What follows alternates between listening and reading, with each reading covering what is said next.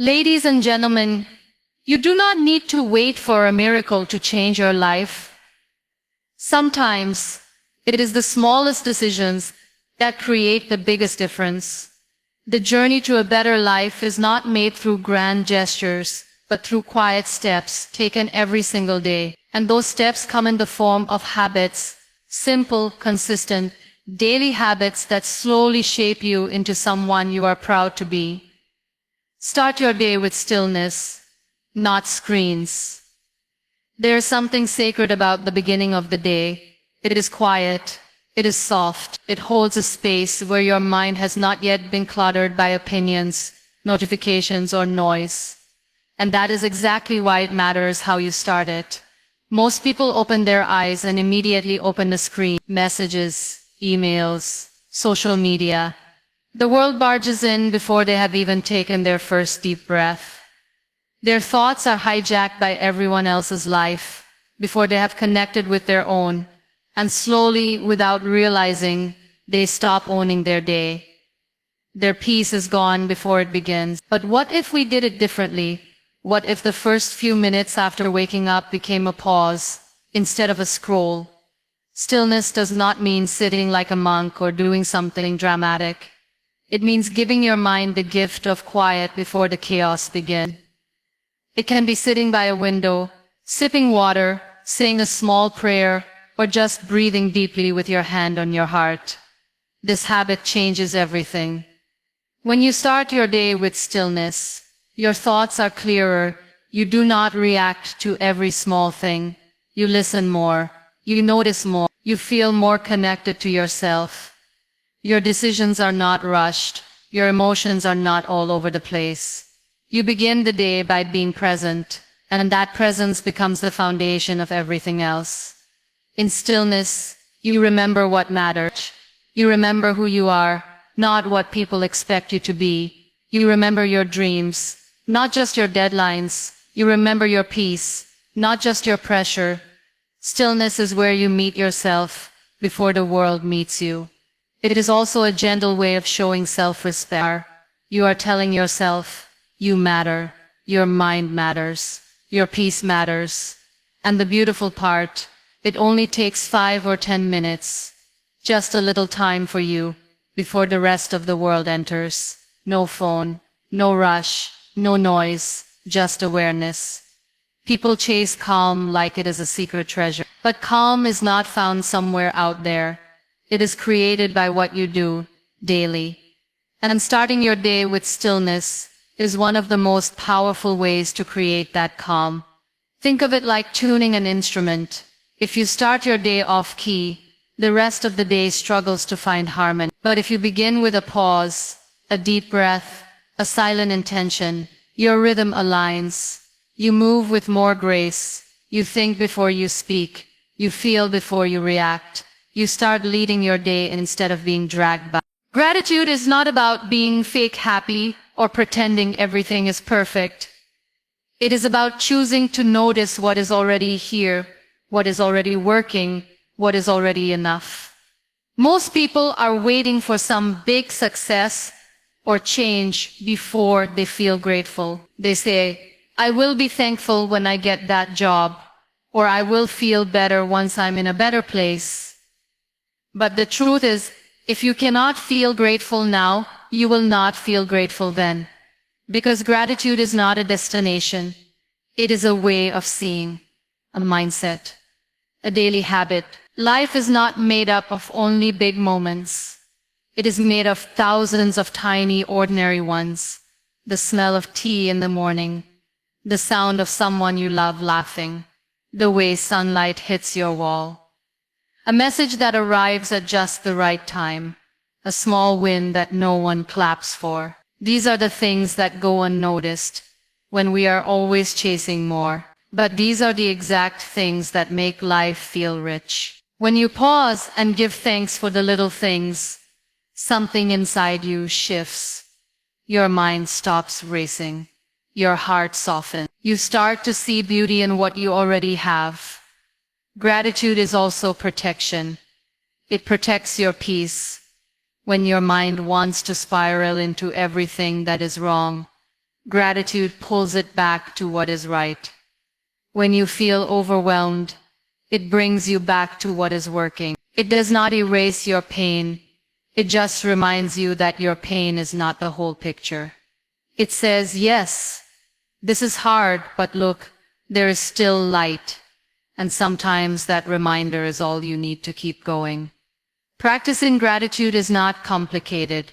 It is not a ritual that takes hours. It can be one sentence written down in a notebook, one thought whispered before sleeping, one deep breath followed by, thank you for this moment. The key is consistency. You do not wait for special occasions. You do not wait until everything feels perfect. You do it every day, especially on the days when it feels hardest. Because those are the days your mind needs it the most. It is easy to complain, easy to focus on what is missing, what others have, what you wish was different. But when you train your brain to see what is present, what is good, what is kind, your life begins to feel lighter. You start appreciating the things you used to take for granted. The body that carries you, the mind that is still learning, the heart that still hopes. Even when things are tough, you start to say, I am grateful for my strength, for my breath, for the chance to try again. Gratitude also changes how you treat others.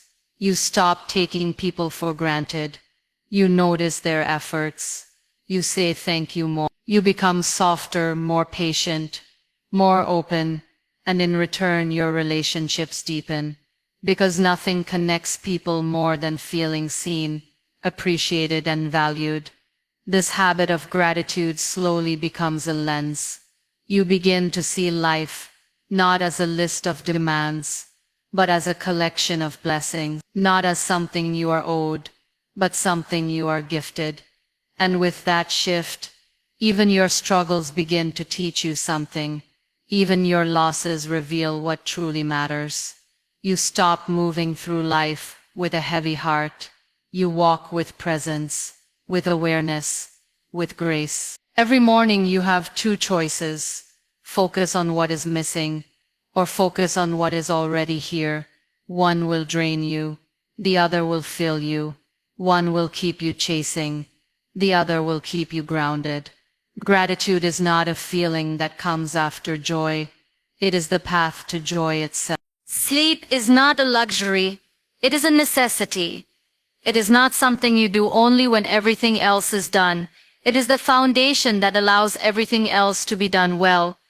And yet sleep is the first thing many people sacrifice. They stay up scrolling, watching, worrying, working, telling themselves they will rest later, they will catch up eventually. But the body does not wait for permission. It keeps score. And the cost of ignoring sleep shows up quietly at first, in tired eyes, in foggy thinking, in short tempers, in slow healing.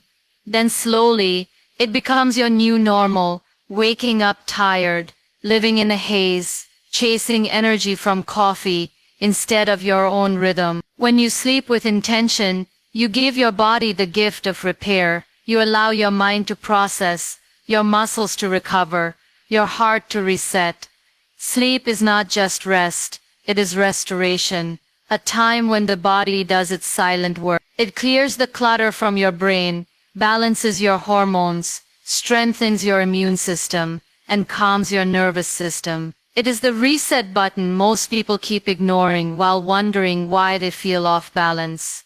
But sleeping with intention means more than just lying in bed. It means preparing your mind for rest, creating a space that feels safe, calm, and quiet, letting go of the day instead of carrying it with you into the night. It means setting boundaries with technology, with noise, with late-night habits that steal your peace. When your sleep becomes a ritual instead of an afterthought, your life begins to feel more in sync.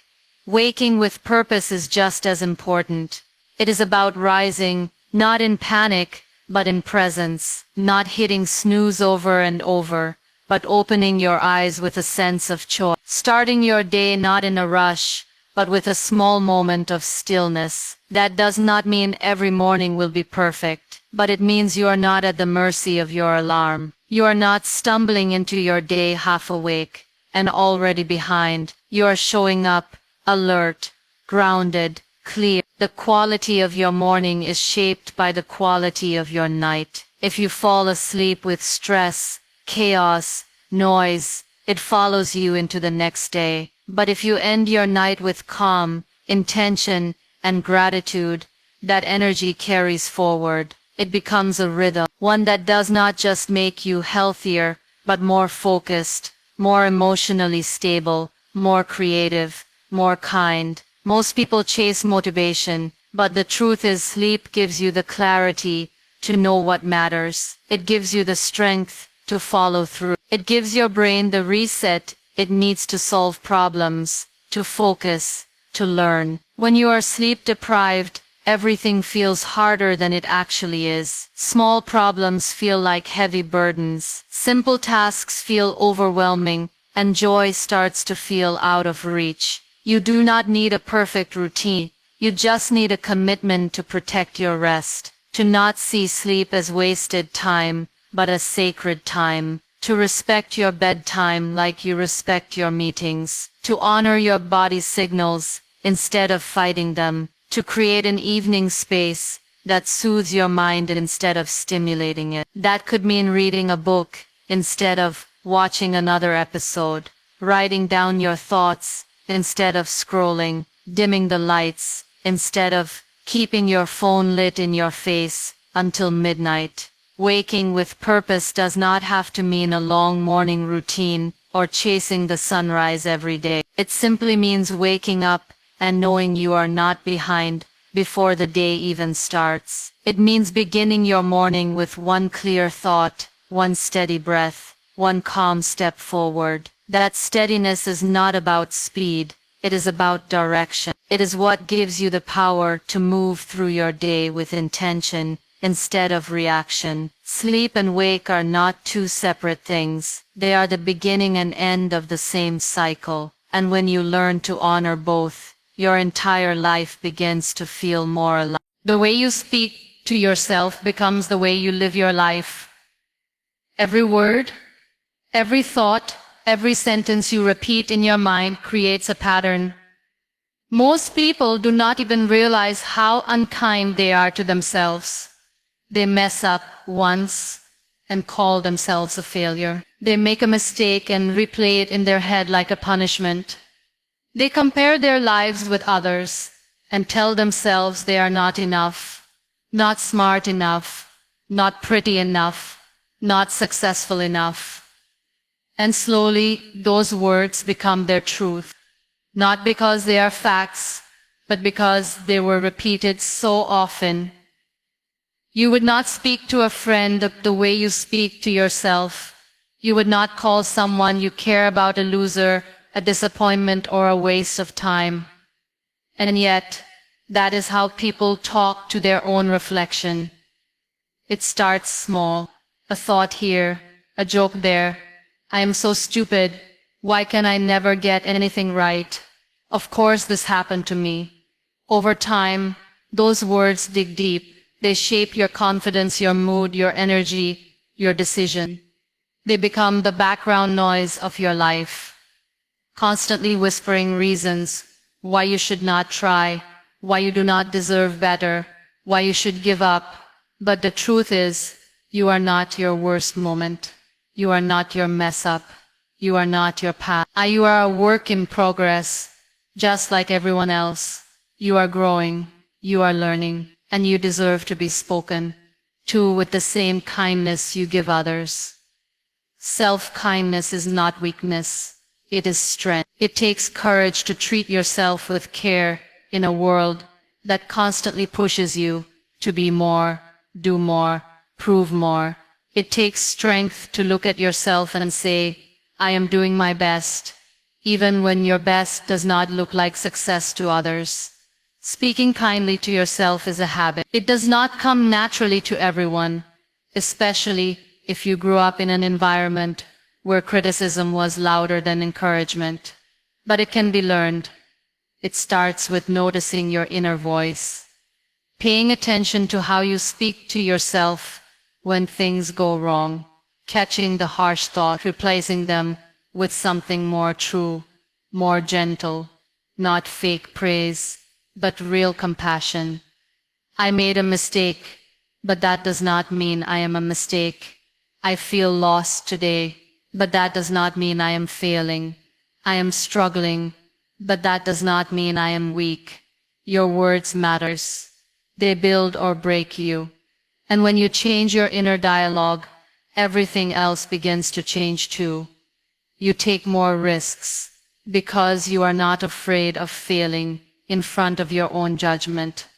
You try new things because you know you will not tear yourself apart if it does not go perfectly. You rest without guilt. You ask for help without shame. You forgive yourself without waiting for someone else to say, "It is okay." This kind of self-talk is not about ignoring problems. It is about facing them without destroying yourself in the process. It is about holding space for both accountability and compassion. You can tell yourself the truth without being cruel. You can want to grow without hating who you are now. You can be both a work in progress and worthy of kindness. Every time you choose to speak gently, you build a foundation that cannot be shaken by outside voices. You stop needing constant validation from others. Because you have built a safe home inside your own mind, you become your own source of strength, your own cheerleader, your own safe place. And that changes everything. Because when your inner world becomes kinder, your outer world begins to reflect that same peace. You begin to walk differently. You begin to glow in silence. You begin to rise without noise. All because you decided to change the way you speak to the person who hears you the most. There is too much noise in the world, not just the kind you hear, but the kind that lives in your mind. The constant stream of opinions, updates, advice, comparison, arguments, distractions. It never ends. Every scroll brings you someone else's life. Every notification steals a piece of your attention. Every click opens another door into someone's world, while quietly pulling you away from your own. People wake up and reach for their phones before they even reach for their thoughts. They know everything about others, but very little about themselves. That is what happens when you consume more than you create. You lose touch with who you are. Creating something does not mean becoming an artist or writing a book. It means using your energy to make something that reflects your mind, your heart, your values. It can be writing a journal, planning your day with intention, cooking a meal with love, planting a small flower, fixing something that was broken, helping someone with a kind word, solving a problem at work in a new way. Creation is not about perfection. It is about direction. It is you saying, "I am not just a sponge soaking up the world. I am a soul shaping it, even in small ways." When you consume too much noise, your inner voice starts to fade. You begin to doubt your decisions. You stop hearing your own instincts. You start moving like a copy of everyone else. That is not living. That is drifting. And drifting is dangerous, because it feels like movement but takes you nowhere. To break that cycle, you have to choose meaning. You have to start building more than you binge, creating more than you scroll, feeling more than you perform. There is peace in creating, even when it is small. There is something grounding about putting your energy into something you can see, or touch, or reflect on. It becomes a mirror of your growth, and slowly it becomes a rhythm, a part of your daily life that keeps you centered. When the world feels overwhelming, you have something that brings you back to yourself. You are not just reacting to everything around you. You are participating, choosing, shaping. Creating also connects you to your own story. Instead of living through the highlight reels of others, you begin to find beauty in your own moments. You see your own progress, You feel your own presence. You become less interested in proving and more focused on building. This shift is quiet, but powerful. Because when your days are filled with meaning, you stop searching for constant entertainment. You stop needing validation every hour. You stop fearing being alone. Because your own presence becomes enough. You begin to ask better questions. Not what did I miss online, but what did I do today that made me feel alive? Not who liked my post, but what did I create that I am proud of? Not how do I look compared to others, but how does my life feel when I am truly present in it? These are the kinds of questions that build a better life. And they cannot be answered in the middle of noise. Silence is not empty. It is full of answers. Stillness is not boring. It is rich with meaning. But you can only access that when you unplug from the noise long enough to listen. Listen to your own thoughts. Listen to your needs. Listen to your dreams. And then create something with that energy. Something real. Something true. Something that reflects who you are becoming. When you do that daily, even in small ways, you reclaim your power. You no longer wait for life to give you meaning. You bring meaning to life. Time is not just hours on a clock. It is your energy, your focus, your life. How you spend your time is how you spend your existence. And yet, so many people treat it like it is unlimited. They give it away without thinking. To distractions, to people who drain them, to tasks that do not align with their values, to habits that leave them empty, and then they wonder why they feel behind, unfulfilled, disconnected. But the truth is, if you do not respect your time, no one else will. You do not need more hours. You need more awareness, more clarity on what actually matters to you, more boundaries around your priorities. Because not everything deserves your time. Not every message needs a reply. Not every request needs a yes. Not every notification deserves your attention. Saying yes to everything is not kindness. Sometimes it is avoidance. Avoidance of what you really want to build. Avoidance of the hard work of focus. Avoidance of the discomfort of choosing yourself. Respecting your time is an act of self-worth. It is you saying, my life matters enough to protect. It is not about becoming rigid or obsessed with productivity. It is about becoming intentional. Asking yourself, is this how I want to spend my life? Before saying yes. Recognizing that every hour you give away is an hour you never get back. Being generous with your time is beautiful, but it should come from a place of fullness, not guilt or pressure. One of the reasons people struggle with time is because they forget they have the right to choose. You do not have to attend every gathering, take every call, scroll for every update, say yes to every demand. You are allowed to pause, to say no, to reschedule, to carve out time for rest, for focus, for healing, for growth. Time is a currency, and your values are the budget. Spend it where it brings the most meaning. This habit of protecting your time also builds self-trust. When you say, I will wake up early to write, or I will exercise at this hour, and then you follow through, you begin to believe in your own word. That belief grows into discipline. Discipline grows into progress, and progress becomes the quiet proof that your life is moving in the right direction. Not because of a miracle, but because you took responsibility for how your time is spent.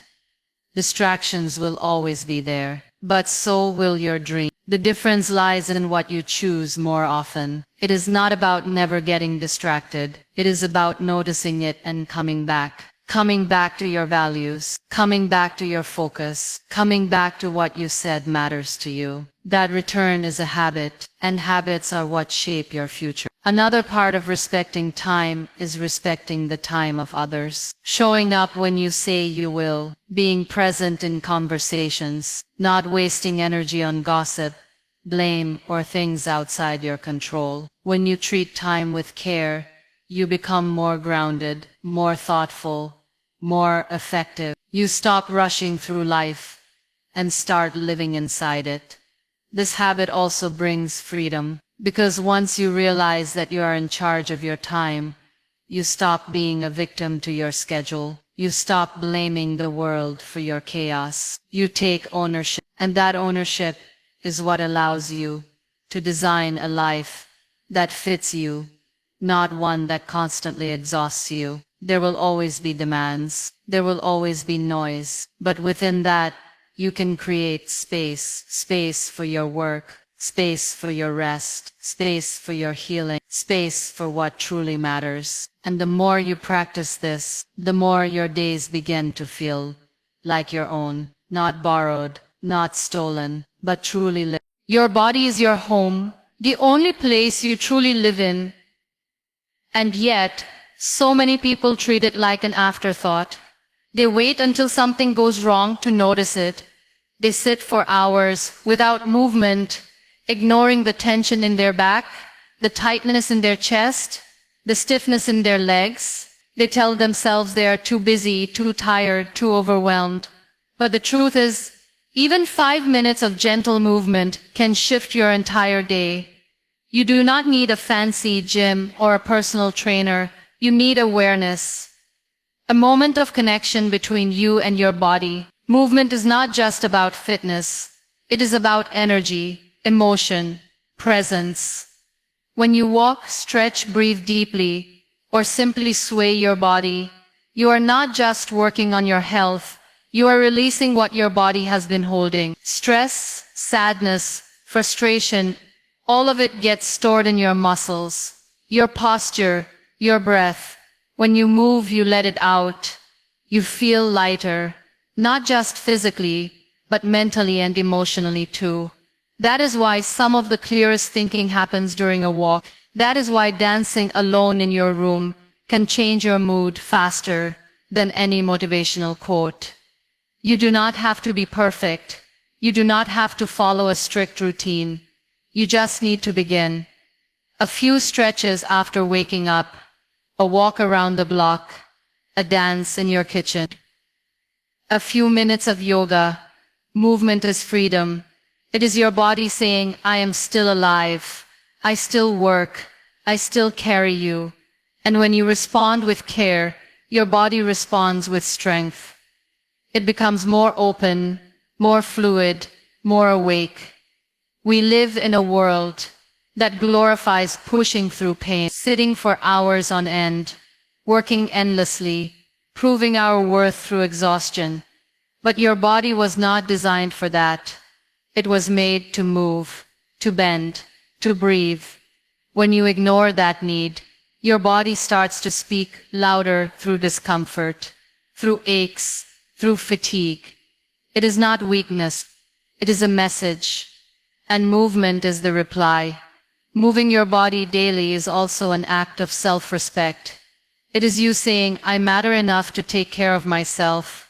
It is you making time even in a busy day to connect with the one thing that carries you through everything. It does not need to look impressive. It needs to feel honest. Some days it might be a strong workout. Other days it might be just a walk in silence. Both are valid. Both are enough. Movement also brings you back to the moment. In a time where our minds are scattered in 100 directions, your body is always here. When you move with intention, you ground yourself. You stop overthinking. You stop rushing. You just breathe and move and exist. That is healing in itself. And when you move regularly, your confidence starts to rise. Not because of how you look, but because of how you feel. You begin to trust yourself. You begin to feel capable. You notice your posture change. Your steps become firmer. Your presence becomes stronger. You stop shrinking yourself. You take up space, not just physically, but emotionally and mentally too. Your body wants to support you.